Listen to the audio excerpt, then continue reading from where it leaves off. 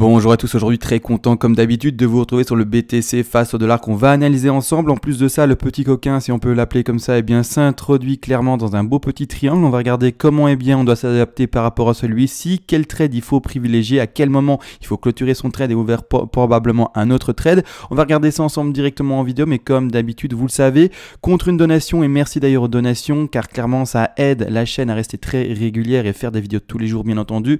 Merci à vous, et vous le savez, contre une donation, je vous offre tout volontiers toutes les règles d'Elliott en français, comme ça de votre côté pour faire exactement le même travail, projection de prix à la hausse, à la baisse, également faire des plans de trading avec des stop loss, des TP et des points d'entrée qui sont calculés et non pas mis de manière hasardeuse. Et en plus de ça, vous pouvez, si vous voulez aller plus loin, me demander une analyse à la demande sur n'importe quel actif spéculatif, qu'il soit crypto-monnaie ou pas, et je le ferai le plus rapidement possible en vidéo. Pour ma part et pour le moment, je reste encore et toujours, vous le savez très bien, sur le plan baissier. Donc je suis encore et toujours bear pour le BTC, je veux encore et toujours le voir baisser vers par exemple les 8000 $, les mêmes 7200 $. Donc clairement, pour moi, j'ai l'intention de baissière, qu'on soit sur un plan qui va plutôt consolider assez longtemps avant de cracher, ou même maintenant cracher directement. On va regarder ça ensemble tout de suite. Maintenant, je vais directement passer, je vais pas expliquer les grandes vagues. Maintenant, je vais clairement, je suis en horaire, vous le voyez, zoomer de manière assez forte sur ce qu'on est occupé de vivre actuellement. Donc là maintenant, on est entre le 14-15 août et ici plus précisément le 18 août. Je zoome là-dessus. C'est à ce moment-là qu'on a fait le plus bas, en tout cas entre guillemets, le bottom le plus récent aux alentours des 9464 $ sur Coinbase, et qu'on est occupé, comme vous voyez ici, je vous l'ai dessiné en blanc, d'accord, en fait de fluctuer dans un petit triangle, finalement ici même presque de barrière, si on peut l'appeler comme ça, mais clairement c'est pas un triangle de barrière également, faut le savoir, c'est en Elliott, c'est autre chose, mais un triangle chartiste simple. Maintenant en Elliott, clairement je vois une WXY et non pas une ABCDE, c'est un peu plus complexe que les charts en fait entre guillemets simples, mais clairement on peut quand même visuellement actuellement voir clairement une résistance horizontale ici en blanche et un support oblique ici en blanc. Donc on a notre racine qui commence le support, on a une première touchette ici, une seconde touchette là, même voir une troisième petite touchette ici. Donc je vais agrandir un tout petit peu l'écran, comme ça se voit, d'accord. Donc ici presque 4 touchettes, très très beau, voire même 4 touchettes, je sais pas pourquoi je dis finalement presque, mais c'est clairement 4 touchettes, très très beau, en tout cas très très belle zone oblique de support, pardon. Et ici pour le moment il y a une seule touchette, d'accord, ici aux alentours du 16 août 2019, clairement une seule touchette, mais très belle zone de résistance. Vous savez très bien également à cause de quoi, à cause des 50% de Fibonacci par rapport au tracement de 4 en bleu. Donc ici, désolé pour ceux qui ne connaissent pas encore du tout mon style d'analyse, mais c'est assez, entre guillemets, complexe. Du coup, on va pas vite, en tout cas les néophytes ne comprennent pas directement, mais j'essaie encore une fois de faire au mieux. C'est-à-dire qu'ici, si je remets quand même l'aimant et que je remets ceci, hop, comme suit, on a 50% de Fibonacci qui s'indique, d'accord. Donc hop, bien placé. On a les 50% de Fibonacci qui s'indiquent ici, grosse, énorme zone de résistance, d'accord. Une fois que ça on l'aura pété, et donc on aura également pété finalement cette zone de résistance là, on partira à la hausse, et dans un autre scénario que je vous ai déjà montré hier, on va en parler également dans la vidéo. Pour le moment, étant donné qu'on n'a pas cassé et qu'on a finalement trouvé notre zone de résistance ici horizontale sur les 50 et qu'on a replongé, tant qu'on n'a pas cassé ça, je valide et je reste encore et toujours dans une 4. D'ailleurs la 4, vous avez vu, je vais montrer ça par après, je la valide pas là. Non, d'accord, pas par rapport à là, mais je la validerai plus loin. Donc si jamais c'est bel et bien ce décompte qu'il faut prendre en compte et que ça break à la baisse et que ça descend et que ça va chercher les plus bas, comme en tout cas je l'attends dans ce plan-ci, on aura les TP qui sont indiqués là, d'accord, ça de toute façon on l'a fait hier ensemble, il n'y a pas de problème, mais clairement il faut comprendre que mon décompte baissier va commencer à partir de là et non pas là, d'accord. Donc ça ne sera pas, comme ça tout le monde comprend, je veux descendre de ma 4 vers ma 5 en bleu en 5 sous vague, c'est-à-dire que je vais indiquer ceci, 1, 2, 3, 4, 5, rien de complexe là-dessus, 1, 2, 3, 4, 5, et non pas, et donc je le commence là, et non pas, donc je commence pas cette affaire là comme ça, d'accord, avec la 4 qui est là, j'ai pris la Y là, mais la 4 qui est là potentiellement, alors la 1 là, la 3, la 2 là, pardon, la 3 là, la 4 là, et puis la 5, d'accord, non, d'accord, pas du tout, ma 4, comme dit, va se terminer tout simplement à droite, d'accord, et mon sous-décompte va commencer à partir de cette racine-ci, d'accord. J'espère que ça, c'est en tout cas plus clair. Pourquoi est-ce que je mets une importance à terminer ma figure plus tard et pas là, à cause surtout également du RSI. Le RSI, clairement, nous fait des plus hauts, d'accord. Ici, on ne peut pas, par rapport aux racines, etc., avoir une 2 qui, par rapport au RSI, dépasse la racine, d'accord. Ça, c'est important à comprendre. Donc, c'est pour ça, clairement, ma figure de correction devait et doit se terminer plus tard, d'accord. Ça, c'est important à comprendre. Donc, maintenant, actuellement, qu'est-ce qui se passe grossièrement? clairement, pour ma part, tant qu'on n'a pas cassé les 50% de Fibonacci, on ne passe pas sur un trade haussier, on reste toujours encore dans la prédilection d'un trade baissier, malgré tout le stop loss, parce que encore une fois, oui également, je voulais préciser durant cette vidéo, très très très important, le stop loss. Et en fait, j'ai vu un message hier, la personne a effacé son message après quand elle a compris en fait qu'elle avait dit une erreur, mais en grossièrement, il y a des gens qui regardent mes vidéos, et ça je le dis souvent, mais qui ne tradent pas. Alors qu'est-ce que ça veut dire trader grossièrement? C'est quelqu'un qui utilise des points d'entrée, d'accord, ça pas compliqué, mais surtout qui utilise des stop loss et des TP. Si vous n'utilisez pas de stop loss et de TP, et que vous-même là vous dites mais de quoi il parle, qu'est-ce que c'est un stop loss, qu'est-ce que c'est un TP, c'est que grossièrement vous n'êtes pas trader, vous n'êtes pas en tout cas quelqu'un qui va utiliser une stratégie de trade. Vous êtes investisseur, c'est-à-dire que grossièrement, par exemple, je sais pas, si vous êtes sur Binance, sauf erreur, il n'y a pas de levier sur Binance, il n'y a pas de stop loss, pas de TP possible sur Binance. Maintenant, si je me trompe et qu'ils ont mis ça en place, dites-moi ça en commentaire, mais ça, je suis pas au courant. Mais grossièrement, si vous êtes sur Binance et que vous regardez mes vidéos et que vous dites, ah, il dit que là, c'est pas mal de ventes pour acheter plus bas et que vous vendez vos vrais BTC, pas les BTC à crédit. Encore une fois, si vous comprenez pas pourquoi je parle de BTC à crédit, c'est que vous êtes vraiment pas trader, d'accord? Donc, clairement, que vous vendez vos vrais BTC. Les BTC que vous avez acheté pour dans 5 ans, 6 ans, 10 ans revendre. Si vous jouez avec ceux-là, mais il y a un gros problème, un énorme problème. On ne joue pas avec son investissement. Il faut comprendre, son investissement, son back pour du hold, c'est-à-dire l'achat très long terme, on l'a tous. En tout cas, moi, je l'ai. Je pense que tous les traders qui se reconnaissent et qui jouent avec levier, etc., ils ont également un bag finalement pour hold, pour l'achat long terme, mais ils ont un tout petit bag, un pourcentage finalement de leur capital qui est, lui, consacré au jeu, c'est-à-dire au jeu, grossièrement, à l'achat-revente à court moyen terme. Ça, il faut le comprendre. Donc, si vous jouez sans stop loss, sans TP, c'est que vous n'êtes pas trader. C'est que vous jouez avec vos vrais BTC et que vous prenez des risques mais démesurés. Je ne comprends même pas comment on peut faire ça. Vendre ses vrais BTC à un moment, revendre, c'est super risqué. Jouer avec quelque chose que, en grossièrement, vous n'avez pas. Jouer avec du crédit, jouer avec des TP et des stop loss, mais jouez pas avec vos vrais BTC. Parce que si maintenant... Regardez, moi je dis ici, la stratégie c'est que ça baisse. Alors là, excusez-moi, petite pédagogie, mais par rapport au message de hier, ça m'a un peu dramatisé, ça m'a un peu alarmé. Je me suis fait, c'est pas vrai, comment est-ce que c'est possible de jouer avec ces vrais BTC et non pas avec une stratégie de trade? Parce que regardez, moi qu'est-ce que je dis ici en vidéo? Que je privilégie un trade à la baisse, d'accord? Donc je mets un stop loss. Après, je vais expliquer le stop loss pour ce trade-là. Mais là, c'est vraiment pédagogique. Je mets un stop loss et je mets des take profit partiels. Donc ici, en l'occurrence, il y en a 3 d'indiqués. D'accord? Comment voulez-vous, avec vos vrais BTC, sur Binance par exemple, faire ça? Un stop loss, ça veut dire quoi? C'est que si jamais le cours il va dans l'autre sens, on rachète sa position. D'accord? Ici, au contraire, on veut vendre pour racheter dans les zones vertes. D'accord? Donc, c'est-à-dire que quoi? Ici, clairement, si ça ne baisse pas et que ça monte, le trade est clôturé automatiquement à X pourcentage de perte potentielle. Mais c'est tout, et ça va pas plus loin.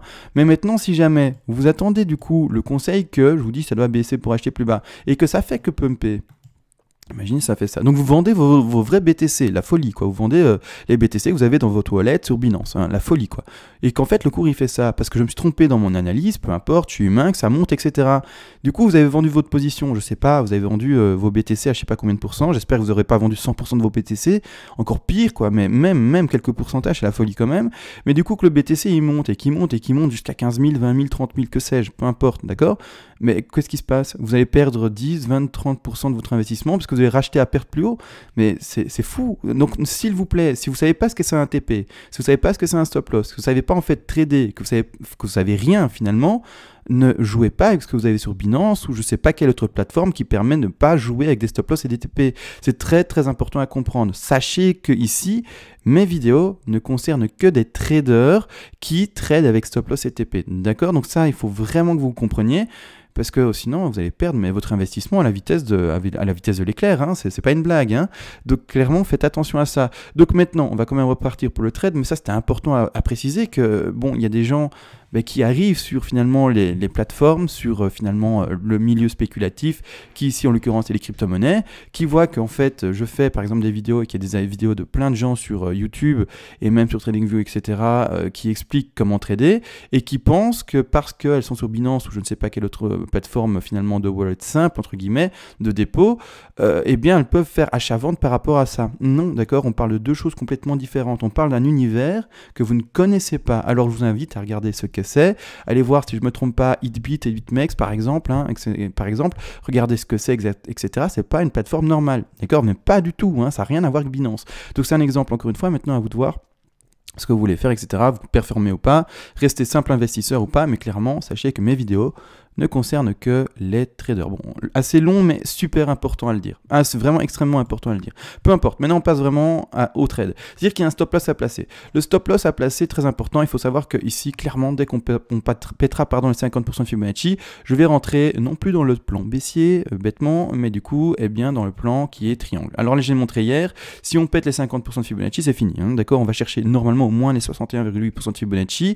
C'est-à-dire qu'on va rentrer dans un triangle, pour ma part, on va faire WXY, ici je spécule également une WXY, si on doit péter à la hausse, je vais vous le montrer par après, mais ensuite chercher une C, une D, une E, et puis après recracher. Comme dit également dans les vidéos précédentes, donc de hier, mais je fais un petit récapitulatif, puisque la vidéo d'hier n'a été vue que 6000 fois, alors 6000 fois c'est beaucoup, je comprends, mais la moyenne est plus élevée, donc je comprends qu'il n'y ait pas tout le monde qui ait vu la vidéo d'hier, donc grossièrement, mauvais plan, je vais montrer sur l'autre plan, grossièrement, si on devait vraiment repartir en triangle maintenant, c'est qu'on referait ceci. Vous voyez ici, le crash qu'on a fait finalement durant l'année de fin 2017, début 2018, jusqu'ici fin d'année 2018, début d'année 2019, eh bien clairement il faut comprendre qu'on est dans cette configuration-ci, si jamais on refait un triangle. Donc là maintenant on en est où? On en est, attendez, on en est donc dans notre première WXY, on redescend, donc on en est là, d'accord? Donc on a fait notre première baisse dans A, on a fait une A, B pour le moment en triangle, et potentiellement rebond, si on pète les 50% de Fibonacci de la 4 que je vais vous montrer par après, rechercher une C, une D, une E, et puis recracher. Mais voilà, ça serait vraiment étonnant, extrêmement étonnant qu'on refasse exactement le même plan. Ça quand même, je vous le dis, donc je m'attends normalement pas à refaire ça. Maintenant, si c'est le cas, on en prend acte et c'est fini. Donc clairement, il faut comprendre que là, d'accord, c'est ça, d'accord? On vient de faire ce que je vous ai indiqué précédemment, c'est la même chose, hein, exactement le même plan que le crash précédent, d'accord? Donc ici, clairement, on a fait notre A, on a fait notre B, on attend potentiellement une C si on casse les 50% Fibonacci que je vais vous montrer, puis une D, puis une E, et puis bouffe, recrash. C'est exactement la même chose que le crash précédent. C'est pour ça, comme dit, ça m'étonnerait énormément qu'on refasse ceci. N'empêche, maintenant, on n'est toujours et encore pas, au moment où je vous parle, dans cette configuration-ci. Pourquoi? Comme dit, il faut casser les 50. Alors, c'est pas, je dis pas les 50 au hasard, hein. 50 c'est super important, je vais vous montrer ça également avec les statistiques comme je le fais souvent, mais les 50 ils sont là, hein. D'accord, ils sont là dans cette zone blanche, c'est-à-dire que si on pète ça, petit PDF pour montrer ça bien entendu, ici clairement, donc les target donc on est bien dans une, attendez, dans une 4, pardon, les targets dans une 4, on a 60% de probabilité de finir entre les 30 et les 50% de Fibonacci. C'est-à-dire que si jamais on devait péter au-dessus des 50, donc on devait aller dans cette probabilité, entre par exemple les 50 et les 61,8% de Fibonacci. C'est-à-dire qu'on n'a plus que 15% de probabilité de ce cas-là. Est-ce qu'encore une fois, et je le répète et je le rappelle souvent, est-ce qu'on trade avec les statistiques faibles? Dès que moi je tombe dans une statistique faible, je ne le joue plus. C'est comme ça que finalement au long terme on est gagnant.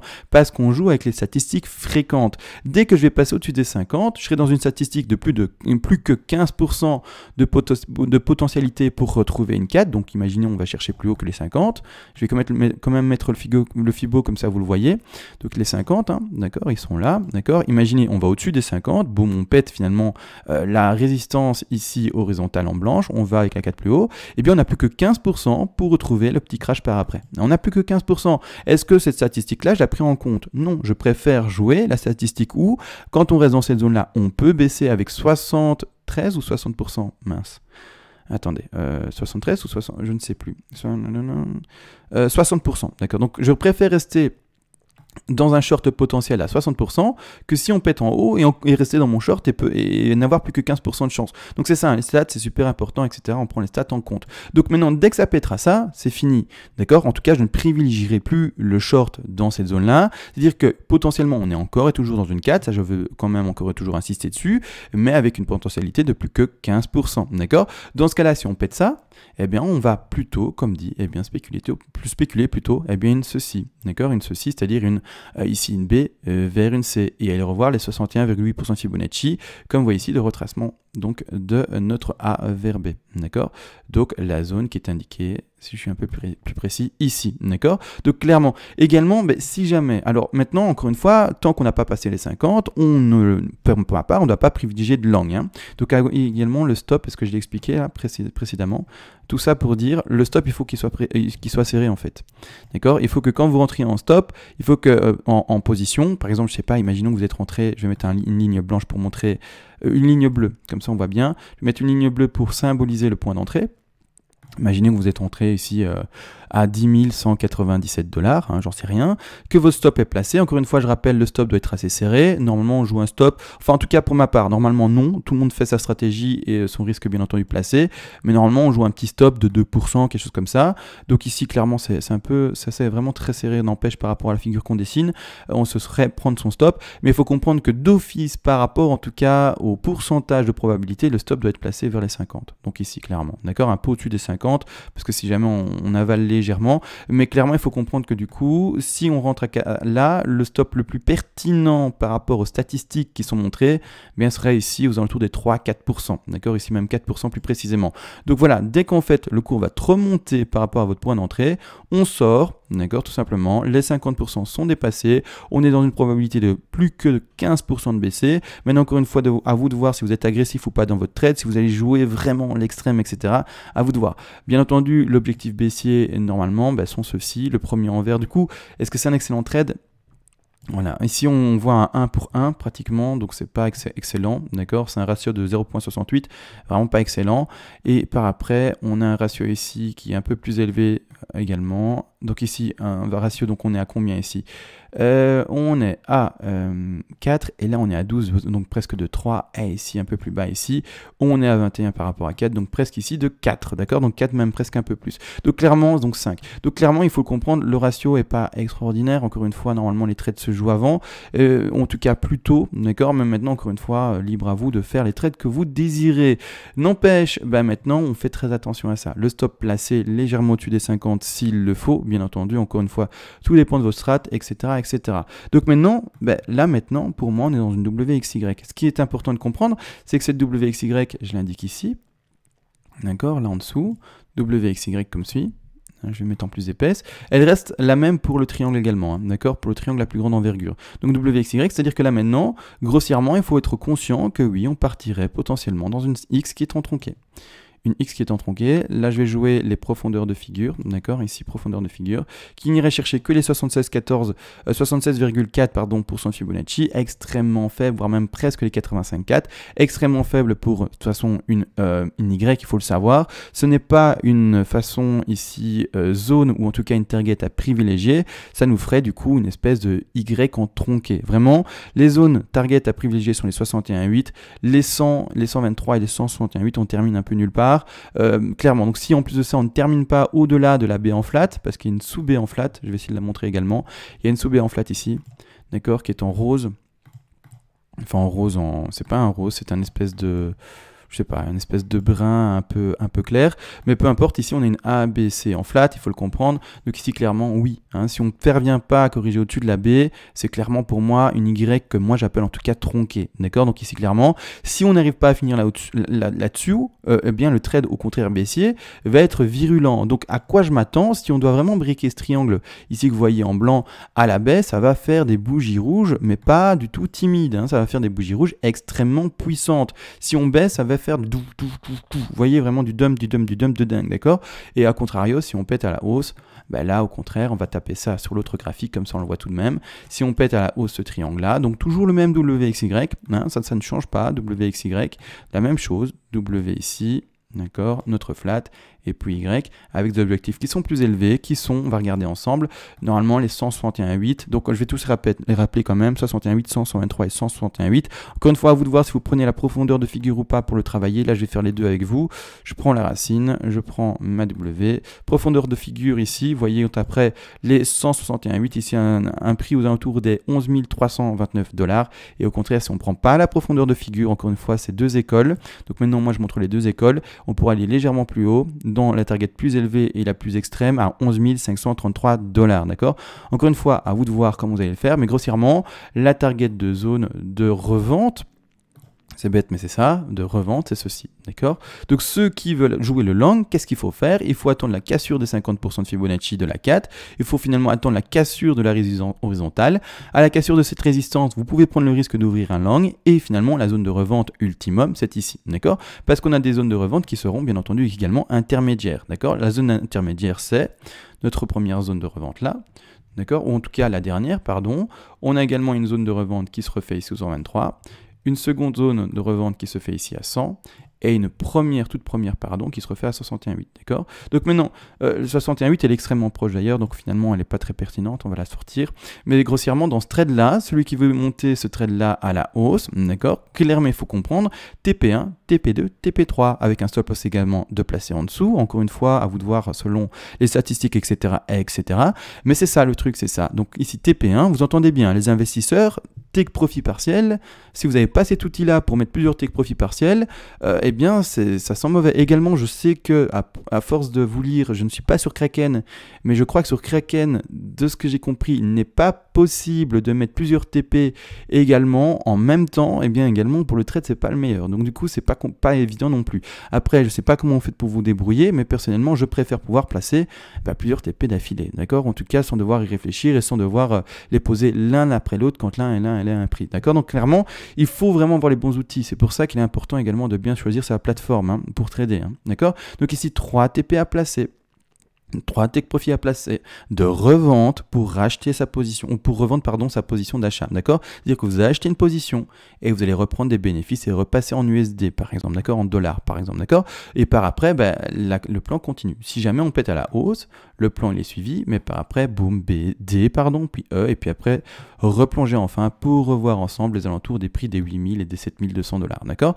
Maintenant, encore une fois, je pense avoir aujourd'hui fait une vidéo plus axée sur la pédagogie de l'investisseur et du trader et de cette différence-là, parce que j'ai eu extrêmement peur, vous vous rendez pas compte, quand je lis des messages de gens qui sont investisseurs et qui prennent mes analyses comme finalement plan de trading d'investisseurs, waouh, d'accord, ça me fait très peur. Pas du tout, c'est que et uniquement destiné aux traders qui savent utiliser des stop loss, des TP, et puis c'est tout en fait, et ça va pas plus loin, d'accord? Donc ici, l'investisseur, je reprécise en fin de vidéo, le prix auquel tu vas acheter, d'accord? Je sais pas, maintenant on est à 10 416 $.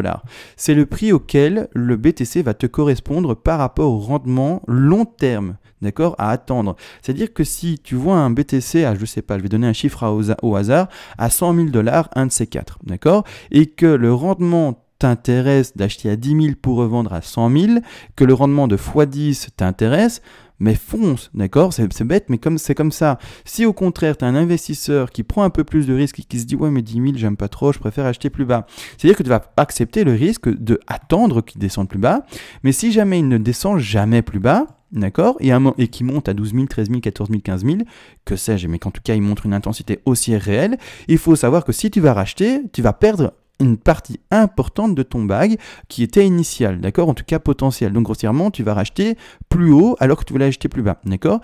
Et également, je devais préciser également par rapport à l'investisseur, que je n'oublie pas tous les profils possibles, voilà, c'est ça.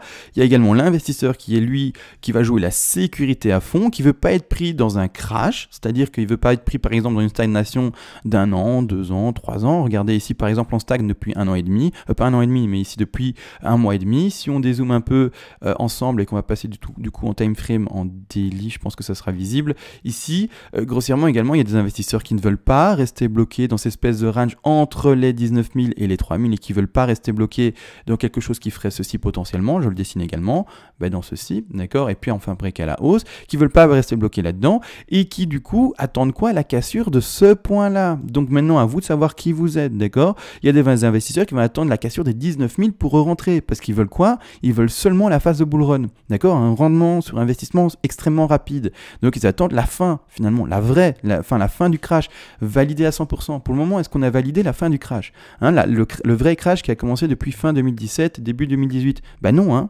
absolument pas. On est dans la spéculation d'une reprise haussière, mais encore rien de confirmé. Alors oui, bien entendu, moi personnellement, j'y crois à fond, mais maintenant, encore rien de confirmé. Pour confirmer la fin d'un crash, il faut casser le sommet précédent et montrer une intensité haussière. Pour le moment, on est dans un range. C'est bête, mais on est dans un range depuis fin 2017 jusqu'à maintenant. On est dans quelque chose d'horizontal. Vous voyez ici le prix ? Mais il est horizontal, hein. Enfin, il est horizontal, il a craché là, mais on est un peu remonté, puis il peut un peu redescendre, puis il peut un peu remonter, peu importe, il peut jouer. Mais tant qu'il est entre les prix des 19 000, presque 20 000 et le prix des 3 000, il est dans un range et c'est tout, d'accord? Pour sortir du range, il faudra casser la point haut. Donc voilà, à vous de savoir quel investisseur vous êtes. Est-ce que vous êtes un investisseur qui ne voulait pas rester dans un range et qui n'achetait que la fin finalement et le bull run? Est-ce que vous êtes un investisseur qui voulait faire un ratio sur investissement plus important du coup, mais qui va attendre plus longtemps? Parce que si vous achetez par exemple à 3 000, 6 000, 7 000, 9 000, même maintenant, bah vous avez acheté maintenant, vous allez avoir un rendement sur investissement plus important, mais pendant un temps plus long également, d'accord? Alors que l'investisseur qui attend la cassure, bah, va avoir un rendement plus rapide, peut-être moins important, mais plus rapide directement. Alors que maintenant, vous voyez, vous devez attendre, vous avez bloqué votre capital pendant un certain temps, d'accord? Donc c'est ça qu'il faut comprendre, qui vous êtes, quel investisseur vous êtes, est-ce que vous prenez des risques ou pas dans votre investissement, et surtout, ne croyez pas que vous êtes un trader. Un trader, ça n'a rien à voir avec un investisseur. Bon voilà. Pédagogie faite, grossièrement, conclusion de la vidéo par rapport au trade potentiel. Tant qu'on reste sous le prix, alors je vais quand même zoomer dessus, tant qu'on reste sous le prix, attendez, ici plus ou moins des... donc en dessous de la résistance ici, des 10 550 et quelques dollars, tant qu'on reste là-bas en dessous, il n'y a aucune raison de commencer à spéculer à la hausse, à mon sens, d'accord? Une fois qu'on aura cassé ce triangle à la hausse, là au contraire, on pourra se dire, tiens, maintenant on va peut-être ouvrir un long pour aller rechercher les prix qui ont été donnés sur le plan qui était à côté, d'accord? Ici, et prendre les TP. Mais maintenant, pour le moment, on reste encore et toujours dans une proportion de 60% de chance de cracher. C'est ça qui est important de comprendre également par rapport à l'Elliott, encore une fois, et toujours. Donc maintenant, tout était dit, excusez-moi, hein, encore une fois, une vidéo aujourd'hui très pédagogique, mais j'ai eu tellement peur. Donc voilà, on va vraiment se laisser. Encore une fois, un grand merci à tous d'avoir suivi la vidéo. Merci encore à tous, vraiment. On se voit d'ici quelques heures et ciao.